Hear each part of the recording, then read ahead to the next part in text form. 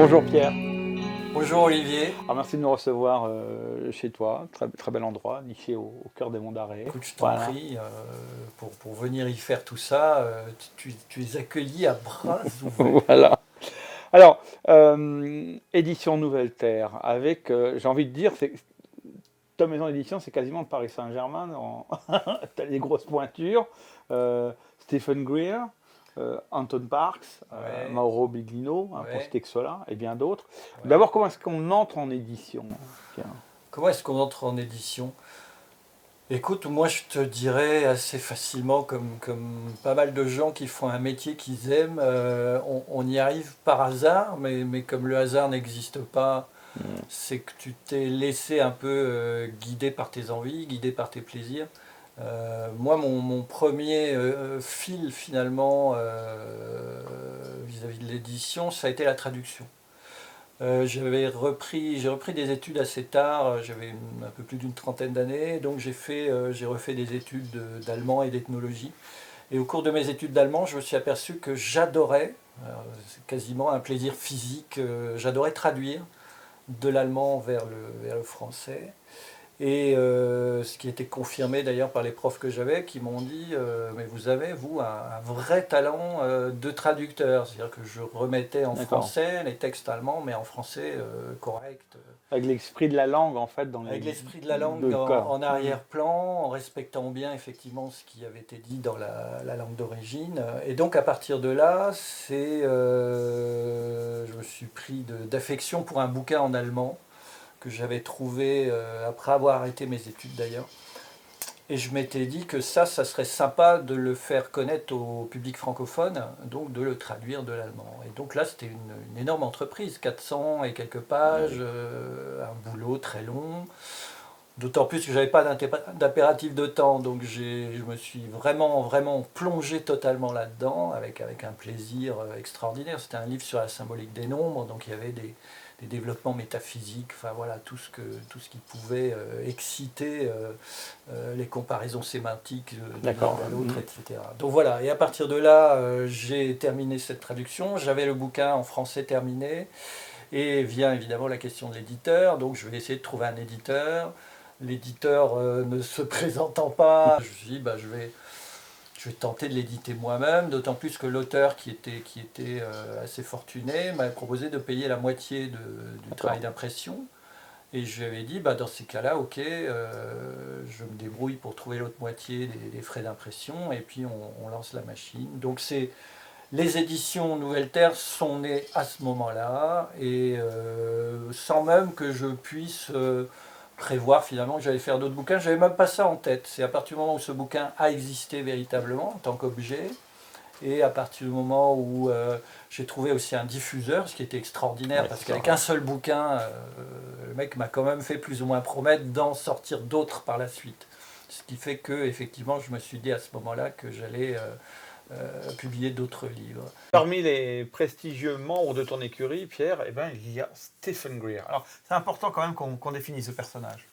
Oui, oui, Steven Greer, c'est un personnage assez atypique finalement, puisqu'il vient d'aucun milieu particulièrement militaire, ou ayant été insider, retournant sa veste et racontant toute la vérité au monde. C'est un type qui était toubib urgentiste dans une unité de soins en Virginie, je crois, et qui s'est beaucoup intéressé au sujet dans la mesure où lui-même avait fait des observations étant très jeune, et surtout à partir du moment où il a pris conscience qu'il y avait des tas de gens qui avaient beaucoup de choses à raconter sur ces sujets-là, et que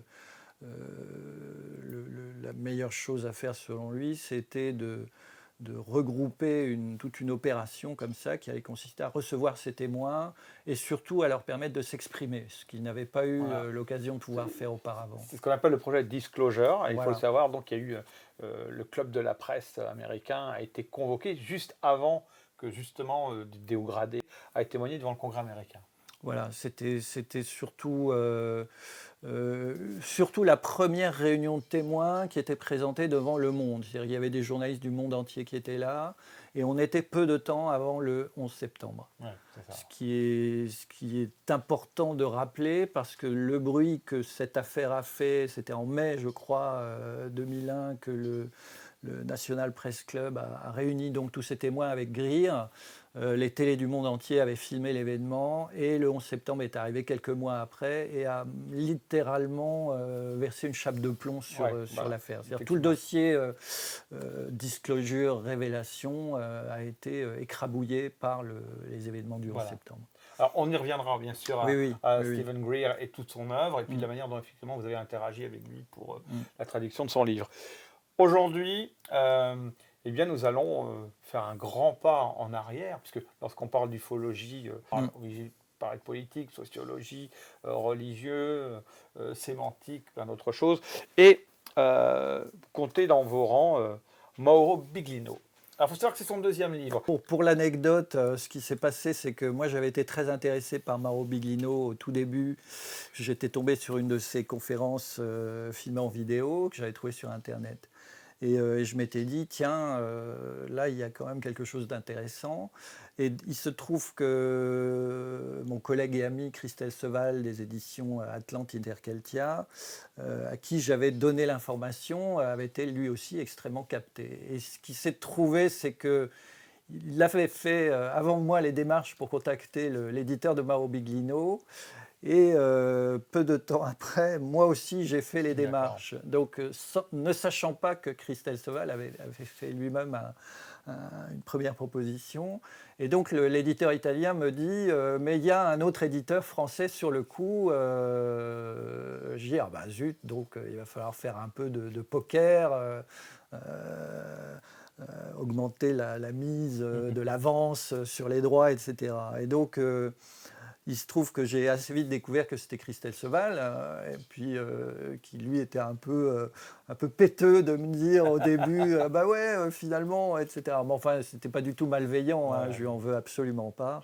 Et donc je lui ai dit bah écoute, c'est idiot, on n'a qu'à s'associer tous les deux pour racheter les deux premiers bouquins de Mauro Biglino, comme ça on fait d'une pierre deux coups, et la cause est encore mieux servie au sens où le public français va disposer de deux ouvrages. Donc voilà. Alors, un peu ça c'est qui pas s'est un passé. enfant de cœur, hein, qu'à le dire, Mauro Alors Biglino. c'est pas un Alors enfant qu'il de est cœur. proche du sérail, finalement. Enfin, il était quand même un peu un enfant de cœur au début, puisqu'il a travaillé pour les éditions San Paolo, qui sont les éditions de prédilection du Vatican, qui publie tout ce qui concerne la théologie, enfin tout type de recherche religieuse catholique sur le sujet. Et lui était donc un spécialiste des langues anciennes, araméen, hébreu ancien et autres, un universitaire qui avait fait donc toutes les études nécessaires, et qui avait donc été engagé par San Paolo pour superviser les traductions de tous les textes bibliques. Et c'est à partir de là, en ayant travaillé 10 ans, qu'il a commencé à trouver un peu énervant que ce qui était restitué en termes de traduction du texte biblique ne correspondait pas vraiment à ce que lui en comprenait, évidemment, en tant que spécialiste de ces langues anciennes. Oui, parce qu'il avait une lecture directe du fait Voilà, il avait une qu'il lecture directe. connaissait l'hébreu ancien et l'araméen. Absolument. Donc c'est un type qui voyait bien qu'on n'allait peut-être pas jusqu'à dire qu'on allait raconter des salades, mais enfin qu'en gros, on attribuait des tas de choses qui n'avaient rien à voir avec le texte d'origine, quoi. Voilà. Alors, pour faire le pitch de ce livre, si on se situe dans le secteur actuel de la bande de Gaza, du Moyen-Orient, la Mésopotamie, il se trouve qu'avant que l'homme soit ce qu'il est, eh bien, des extraterrestres ont débarqué. On fait un mélange génétique entre une espèce de primates habitant sur Terre et leur propre ADN pour faire évoluer l'homme que nous sommes. Bon.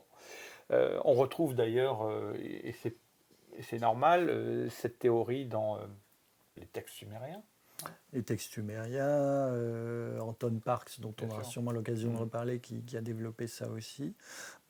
Mais en gros, c'est ce qui ressort en tout cas d'une traduction littérale des textes bibliques. C'est-à-dire qu'il y a vraiment cette idée que ce qu'on appelle les dieux ou Dieu dans le texte biblique, se sert d'une part de lui-même pour fabriquer avec les hominidés présents, pour faire très vite, hein, c'est Ouais, vraiment on très schématise, ouais. schématisé, un espèce de nouvel être qui allait pouvoir servir justement ces dieux.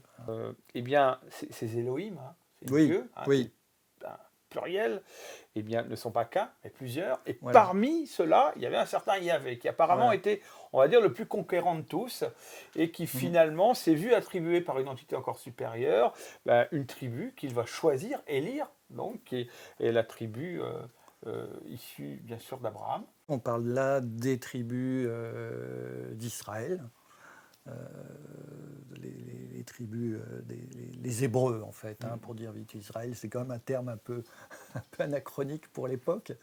Euh, ce Yahvé va donc se présenter comme le chef, littéralement, de tous ces gens-là, en leur disant si vous m'obéissez, je vais quelque part vous procurer tout ce qu'il faut, les structures, vous allez avoir de quoi vous organiser, de quoi manger, de quoi avoir une terre, c'est-à-dire posséder une terre, etc. Mais il faut que quelque part, vous me vouiez un culte absolu. Donc, on peut imaginer qu'il s'est présenté de telle façon à ce que les hommes tels qu'ils étaient à l'époque aient vu en lui une espèce de dieu avec des pouvoirs extraordinaires, bien sûr, puisque des tas de manifestations dépassaient complètement ce qu'ils pouvaient comprendre en termes de fumée, de feu, de personnages qui volent et toutes ces D'engins, les choses-là, fameux chérubins, d'engins, voilà, hein, les dont histoires on des parle. chérubins qui sont évoquées dans le bouquin. Voilà, tout ça étant hors du radar total de ces gens-là à À l'époque, l'époque. avec Ouais. les mots, bien sûr, qu'ils avaient à Qu'ils l'époque ont, pour voilà, s'exprimer, pour décrire ce qu'ils voilà, voyaient. voilà. Et on apprend aussi que finalement, Yahvé n'étant pas tout seul, il y avait d'autres Yahvé, entre guillemets, qui s'appelaient Baal pour certains, qui avaient d'autres noms, mais qui étaient peut-être un petit peu en antagonisme vis-à-vis de Yahvé. Alors voilà, on peut imaginer qu'il y avait une espèce de concurrence finalement entre tous ces leaders qui avaient chacun une espèce de peuple finalement à leur disposition et qu'ils avaient tous intérêt à bien garder leurs ouailles, on C'est peut ça, parler ouais. de ça, sous leur pouvoir pour que ceux-ci n'aillent pas fricoter avec tel ou tel autre dieu, entre guillemets, et échapper ainsi à leur emprise. Il va assez loin dans sa précision, si je puis dire, parce que Mm. bon, il dit par exemple que la circoncision, c'était aussi une manière finalement de reconnaître les siens, hein, Ouais, et il y qu'il avait y avait cet aspect-là. ordonné qu'à un certain jour dans l'évolution du bébé, Voilà. il fallait pratiquer, parce que c'était à ce moment-là que le corps humain se procurait le plus d'anticoagulants, hein, Absolument. Donc de c'est coagulants, l'histoire pardon. du huitième jour après la naissance Ouais, et qui correspond effectivement scientifiquement, on va dire, biologiquement, au fait que justement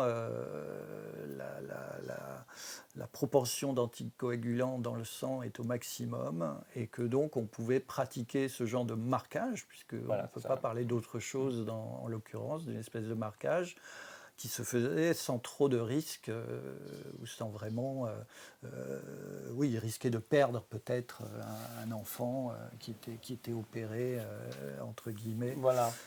pour cette circoncision. Ouais. Ah, ce qui est incroyable, c'est quand on regarde le paysage à l'époque, on a à peu près dans une armée d'occupation, finalement, avec les camps Ouais, militaires, ouais, tout à les fait. camps d'Élohim, avec des Mm, hommes de troupes mm, qui sont là, avec des lieux bien gardés, mm.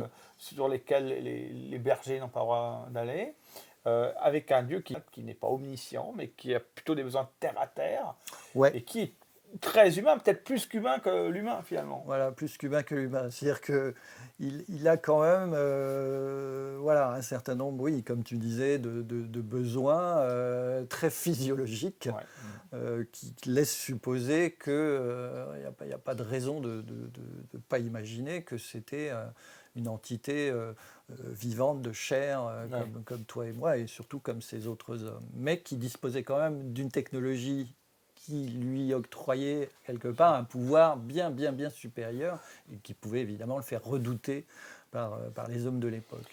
Mais qui a ses limites. Parce qu'on le voit bien lorsque c'est Flavius Joseph qui le relate dans Oui, un de ses écrits, lorsque oui. les légions romaines arrivent en masse, finalement, quand il y a Mm, la guerre des Juifs, hein, mm. et ben ils ont décidé de partir, de foutre le camp. Parce qu'ils ont eu la trouille, finalement, de la masse, du nombre. Alors donc, pas si infaillible que ça. Ou alors, est-ce que les légions romaines elles-mêmes n'étaient pas non plus Ah oui. protégées Alors on peut imaginer évidemment tout ça. Bon, moi j'ai pas tellement d'éléments par rapport aux légions romaines en elles-mêmes, mais c'est vrai qu'il y a un témoignage très très précis qui est écrit, que Flavius Joseph donc a rédigé en témoignant qu'on on pourrait dire que c'était du Stephen Greer largement Oui, avant l'heure, ouais, hein. C'est-à-dire qu'il y avait complètement. un témoin qui décrivait bien voilà, des choses qui se passaient dans le ciel, avec des mouvements de troupes Ouais, littéralement, mais d'êtres qui n'étaient pas, pas des êtres humains, très, très, très clairement, et qui faisait dire que là, il s'est certainement passé quelque quelque chose chose. qui n'était pas de l'ordre d'une mythologie, d'un conte ou d'une légende. Ça ressemblait très clairement à un témoignage d'un fait absolument concret, où ces Finalement, gens discutent entre eux et puis semblent finalement décider de s'en on s'en allait. aller, puisqu'ils retracent même les paroles qui Ouais. ont été entendues, dire en gros on s'en On va, fout le camp, quoi. on fout le camp. Voilà, c'est ça. Voilà. Alors, on n'en dit pas plus parce qu'il faut laisser, bien sûr, à nos lecteurs le loisir de découvrir donc ce Oui, livre. il y a On bien, parle bien bien de d'autres ce qui a été choses. écrit dans la Bible, Mm. hein, vraiment, Ouais. texto. Il y a énormément de choses qui sont vraiment édifiantes. Je vous conseille vraiment de lire ce livre de Mauro Biglino. Alors, question, euh, bon, quand on écrit des choses comme ça laisse des traces. En tout cas, il a dû se faire un petit peu ennuyer sur les bords, non? Alors, bah, il bosse plus déjà aux éditions San Paolo, puisque là, il a, C'est un on petit lui a bien fait comprendre que c'était plus du tout dans la ligne de ce qui était produit pour le Vatican, bien évidemment. Ça commençait littéralement à sentir le soufre. Donc, il a effectivement quitté ses éditions. Et du coup, il s'est totalement lâché, puisque c'est à partir de là qu'il a commencé à faire des tas de conférences qu'on trouve en vidéo. Le lien doit être d'ailleurs sur mon site et sur celui des éditions Interkeltia de Christelle Seval. Et là, il se lâche donc, où il raconte tout, quoi. Et voilà, on vous a dit toujours que dans la Bible, ceci, cela. Et moi, je vous dis que, d'après ce que je sais, je suis quand même un spécialiste en langues anciennes, que ça ne veut pas du tout dire ça, ce que le texte donne au début, quoi. Donc, si on veut en savoir plus encore, on peut aller sur son site. Voilà, on peut aller sur son site. Alors bon, il faut être éventuellement anglophone parce que je pense il a dû faire ça au minimum en version étrangère anglophone et on n'a pas encore de choses en français. Alors bon, D'accord. ça c'est toujours un énorme problème pour les chercheurs de tout poil qui vont faire donc des investigations sur Internet, c'est qu'il y a énormément d'informations qui sont en anglais principalement, Ouais. et à partir desquelles, évidemment, on peut orbiter pour aller chercher d'autres choses. Mais en français, on n'a malheureusement pas tant de choses que ça. Mais le mouvement commence à s'inverser, on a de plus en plus de gens qui traduisent de l'anglais vers le français ou d'une autre langue vers le français. C'est comme si on était un peu pris d'une fièvre de traduction chez nous, qui a mis le temps à arriver, mais moi, quand j'ai commencé à traduire, c'était vraiment rarissime de voir Ouais, des c'est gens ça. qui étaient familiers avec le monde anglo-saxon. Ouais. On rappelle, Le Dieu de la Bible vient des étoiles, aux éditions Nouvelle Terre, chez Pierre Mazet. Merci Pierre. De rien, Olivier, c'est moi qui te remercie.